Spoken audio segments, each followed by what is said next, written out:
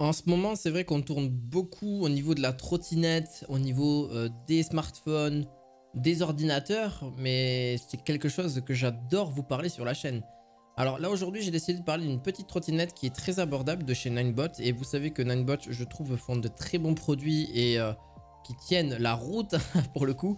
Et sont vraiment très qualitatifs. Même pour aujourd'hui, vous avez quelque chose de très peu cher que vous pouvez retrouver sur toutes les marketplaces en général et donc surtout de chez Amazon, il n'y a pas trop de soucis. C'est en gros la Ninebot Segway, la E2 plus E. Et en gros, cette trottinette, qu'est-ce qu'elle va vous apporter? Elle va vous apporter de vous abonner à cette chaîne et de mettre un petit pouce bleu. Bien évidemment, je compte sur vous pour le soutien et bien sûr, vous l'aurez en description de cette vidéo pour ceux qui recherchent la petite trottinette qui justement pour ceux qui souhaitent se déplacer généralement en ville ou alors pas qu'en ville, mais pour avoir un moyen de locomotion simple. Et là, pour le coup, elle est légère.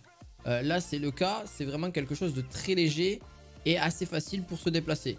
Qui vous perdra pas de temps et en plus de ça, qui n'est pas très lourd. Parce qu'il y en a certaines qui sont très bonnes, mais le problème, elles ont une grosse autonomie. Il n'y a aucun souci de ce côté-là. Mais le souci, c'est qu'elles sont lourdes et c'est pas si facile que ça à déplacer. Là, par exemple, celle-ci supporte 90 kg. Elle fait son poids de 14,4 kg. Donc comment vous dire que ça reste quand même très honnête. Et c'est pas du tout... c'est pas très gros finalement.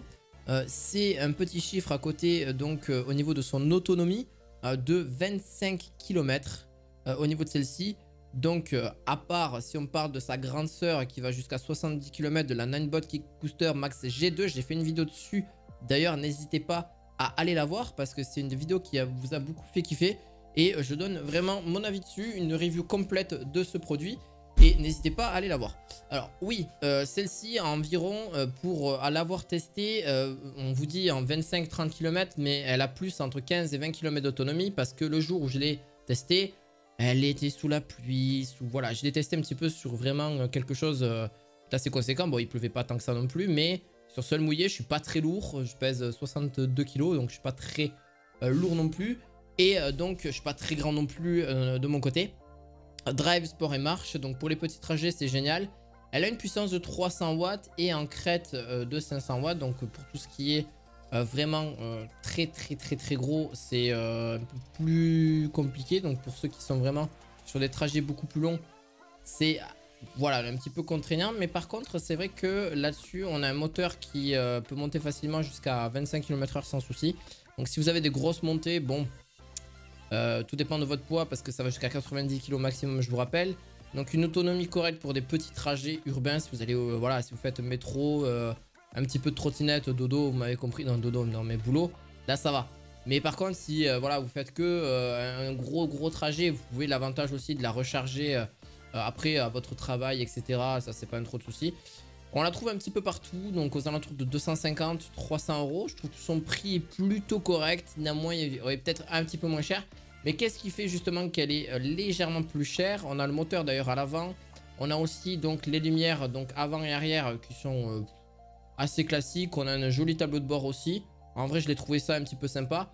On retrouve un peu les mêmes aspects qu'une M365. Mais par contre, je trouve qu'au niveau du pliage et du dépliage, je trouve qu'il y a quand même un aspect plus qualitatif et plus résistant forcément au niveau de celle-ci. Pareil pour le garde-boue arrière qui est quand même beaucoup plus conséquent, qui va vous aussi durer dans le temps, vraiment fine quoi. C'est vraiment, j'ai trouvé le côté en fait fine, pas excessivement cher, avec quand même de l'autonomie, avec aussi une certaine...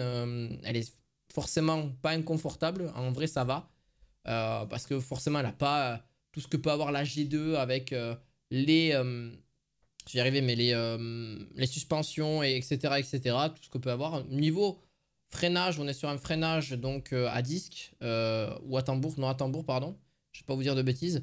Mais par contre, c'est un frein à l'avant aussi, donc frein moteur. Donc ça, dès que vous allez cliquer sur le frein, le moteur va s'arrêter et va aussi vous faire freiner beaucoup plus rapidement. Et c'est quand même relativement efficace, ça va. En vrai, je crois que je mettais à peu près entre... Tout dépend de la vitesse, mais entre 3 et 4 mètres, voire même un peu moins que ça. J'ai pas mesuré exactement, mais ça a vue d'œil que je pourrais vous le dire, mais entre 2 et 4 mètres maximum au niveau du freinage, ce qui reste assez court. Si vraiment c'est des freinages d'urgence ou des freinages vraiment, il faut que ce soit avec un gros réflexe là-dessus. Donc voilà, franchement, petite review très sympathique, c'était pas la plus longue, vous la retrouverez bien sûr en description de cette vidéo. D'ailleurs, n'hésitez pas pour ceux qui me disent qu'ils l'ont, n'hésitez pas à me donner un petit retour. J'ai fait peut-être une trentaine de kilomètres avec, en tout cumulé sur quasiment 2 charges au complet, mais vraiment, espérez vraiment une autonomie entre 15 et 20 km gros maximum avec celle-ci. Mais ça va très vite, 15-20 km. Hein. Vous allez voir que ça va vraiment très très vite. Ça va très très vite. 15-20 km, ça se fait assez facilement. Bref, et bien, je vous dis à la fois prochaine. Ciao, ciao.